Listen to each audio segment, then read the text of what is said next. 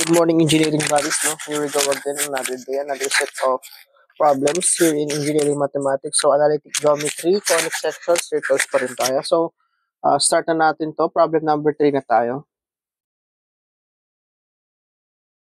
So, sample number 3 natin, determine the area enclosed by the curve x squared minus 10x plus 4y plus y squared equals 196. So, madali na to problem na to, no? So, paano ba natin kukunin yung area ng circle?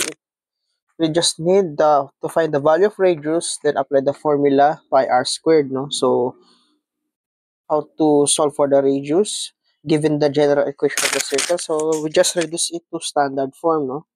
So, rewrite natin yung equation, x squared minus 10x plus 4y plus y squared equals 196.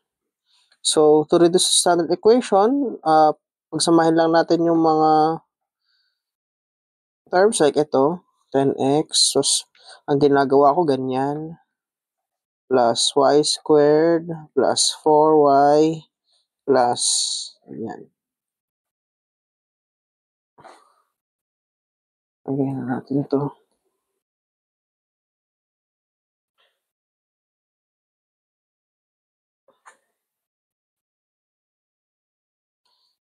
Equals 196. So, paano ba yan? So, computing the square, divide the middle term, negative 10, divide by 2. Divide the middle term by 2, then squared. So, negative 10 over 2 is negative 5. Squared natin. So, 25. Tapos, add mo lang dito. Wag mo na, para di natin makalimutan, add na natin. So, dito naman, 4 divided by 2 is 2. Squared is 4. So, plus 4. And then, factor na natin. So, ito ay magiging x minus 5 squared plus y plus 2 squared is equal to 196 plus 25 plus 4. So, 196 plus 29, 225. Yan. So, yung center niya, kapag tinanong, is 5, negative 2. Ang radius is square root ng 225, which is 15. Okay? So, yan. For the area, let's just apply the formula pi r squared. So, 15 squared pi or 225 pi. So, yan ay sagot natin. 225 pi.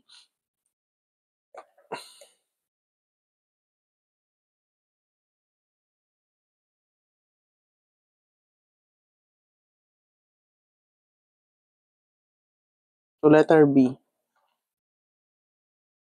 Okay?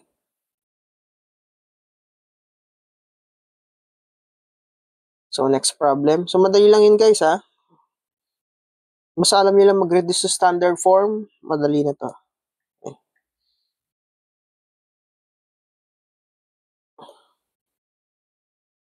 So, next problem. Find the area of the circle whose center is at 2, negative 5 and tangent to the line. 4x plus 3y minus 8 equals 0.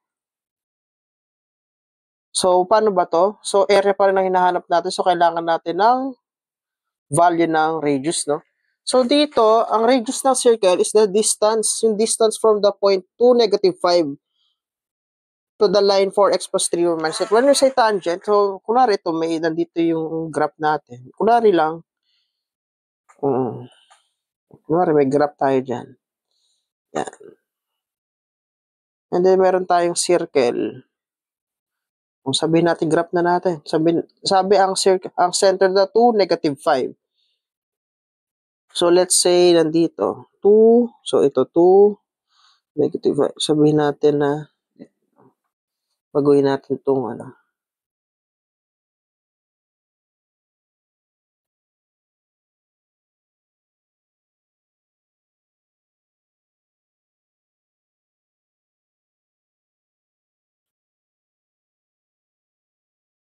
let's say, meron tayong 2, negative 5 daw. So, ito na lang, 2, negative 5. Sabihin natin na 1, 2. Sabihin natin na ito.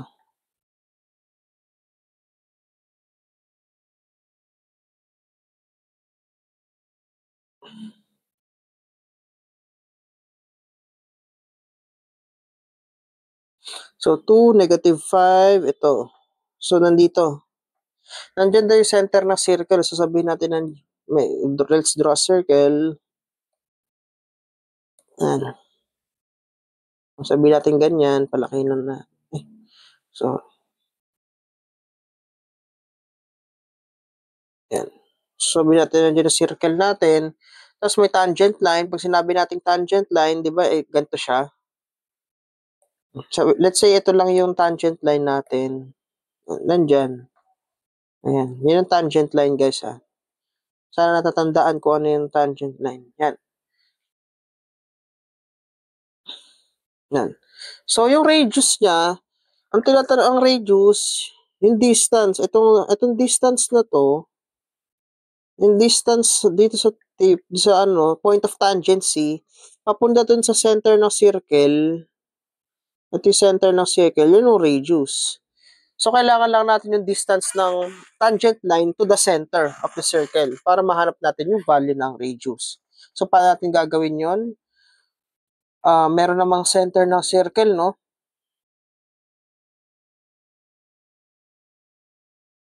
Ay, meron naman tayong point. Di na tayo kailangan gumawa pa ng equation ng circle. Let's just use the formula, distance. Yung distance, parang distance between point and a line. AX, 1 plus BY plus C all over A squared plus B squared. So, D is equal to radius is equal to. Ano ba yung A natin? Yung A natin is yung 4. Value na is 2 plus 3 negative 5 plus negative 8 all over A squared natin is 4 squared plus 3 squared. Yan. So, makakuha tayo ng value ng D, hindi ng value ng radius natin. Pwede natin calculator na lang to.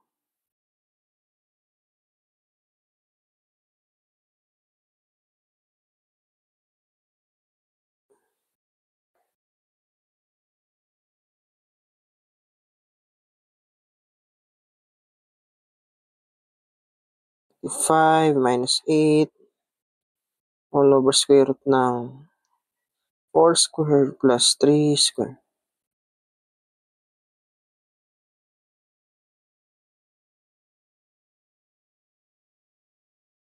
So, negative 3. Pero, ang ano niyan is absolute value, ha? Absolute value yan. So, 3 ang sagot natin. So, ang area natin is just pi r squared ulit. So, meron tayong 9 pi. Yan yung sagot natin, guys.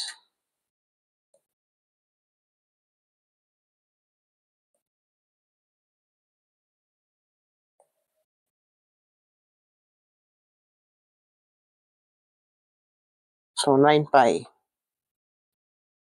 It is letter B. So, ganyan lang siya, guys. Ha? Okay, next problem. Problem number 3. Ay, problem number 5 pala. 1, 2, 3, problem number 5.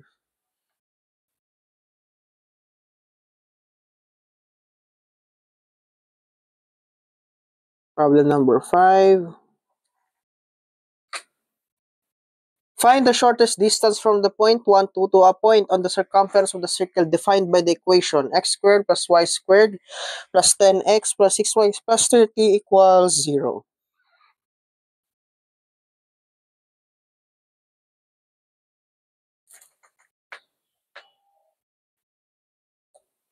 Okay. Sige, solve natin to. First things first, kailangan muna natin hanapin yung mga center ng circle and yung radius. Ang tinatanong kasi, shortest distance from the point 1, 2 to a point on the circumference of the circle defined by the equation x squared plus y squared plus 10x plus 6 plus 6. Sige. Hanapin muna natin yung, Let's find first the center and the radius. Tapos i-drop natin yung problem, no? Sige. Reduce this, may given tayong general equation na x squared plus y squared plus 10x plus 6y plus 30 equals 0. So, reduce to standard form, x squared plus 10x. Yan, yung ginagawa ko. Plus 6y plus equals negative 30. So, computing the square, divide the middle term by 2, then squared. So, 10 over 2 is 5, squared, 25. 6 divided by 2 is 3, square 9. Tapos, add natin dito. So, paulit-ulit na procedure. Tapos, factor na natin. X plus 5 squared plus y plus 3 squared equals negative 5 plus 9 is 4. So, center, negative 5, negative 3. Radius equals 2. Graph natin para mas makuha natin. Graph.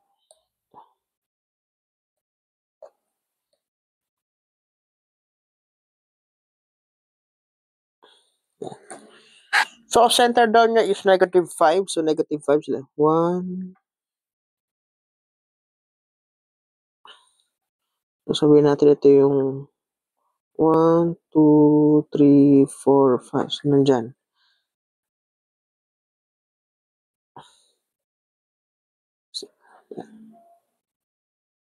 And then, negative 3. So, 1, 2, 3. So, ito. So, nandito yung basta nasa side na to. Naka-offset pala. Offset nga natin.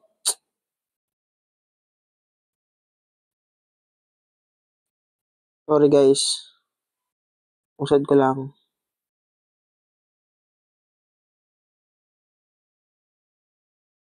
Ang tensyon na lang natin. So, ito ako na rin. Negative 5, negative 3. So, and then dito. Yan ang center ng circle natin. Oh, mali pala. Sorry. Negative 3 nga pala. So, sabihin natin nandito. Nandito na lang. Center ng circle natin. Tapos, let's draw a circle. Yan, sabihin natin ganyan. Tapos, yung point 1, 2. Ito yung point natin na 1, 2. Sabihin natin ito 1, tapos ito ay 2.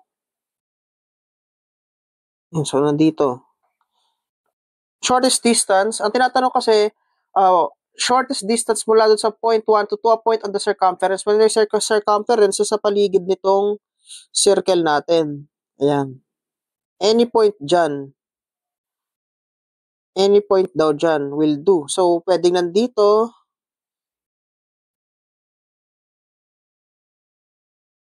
Pwedeng nandito yung point. Nandito. Nandiyan. Any point. Pero ang shortest distances, malamang nandito na. Ito na yung shortest distance niyan. So, kapag in-extend natin, yan ay shortest distance na maaano natin. So, paano natin malalaman? Alam natin na itong value na to is yung value ng radius. So, kailangan lang natin itong distance d na to. Okay?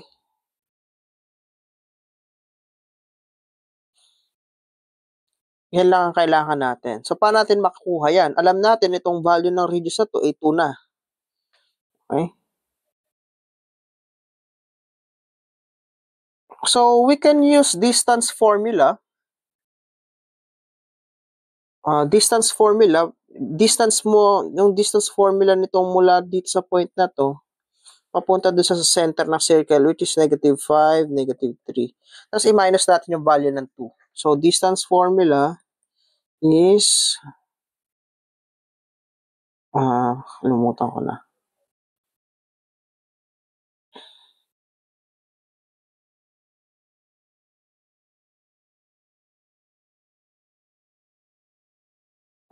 Yan. Huwag niyo kakalimutan yung mga formula guys ha. Mahalaga yan. Lalo na yung distance formula. Yan, distance formula.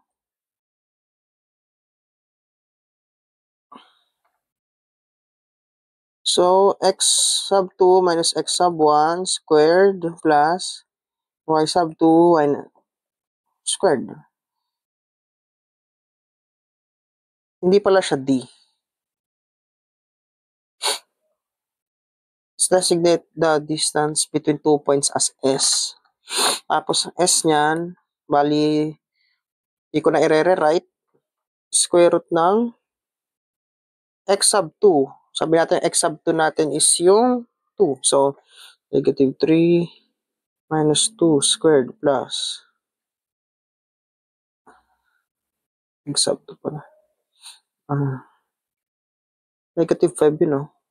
So, negative 5 minus 1 squared plus negative 3 minus 2 squared. So, 7.81. Tapos, yung distance natin is just s minus r, which is 7.81 minus radius natin is 2. So, ang distance na hinahanap natin is 5.81 units.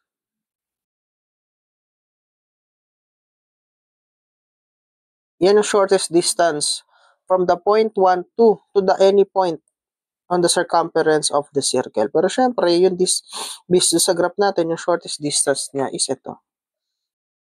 Okay? So, 5.81 units. So, letter C ang sagot natin. Okay?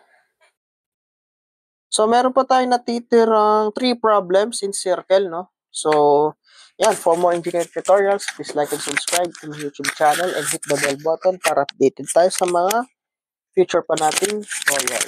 So, last 3 problems sa circle, then after nun, next conic section natin, parabola. Okay? So, yun lang.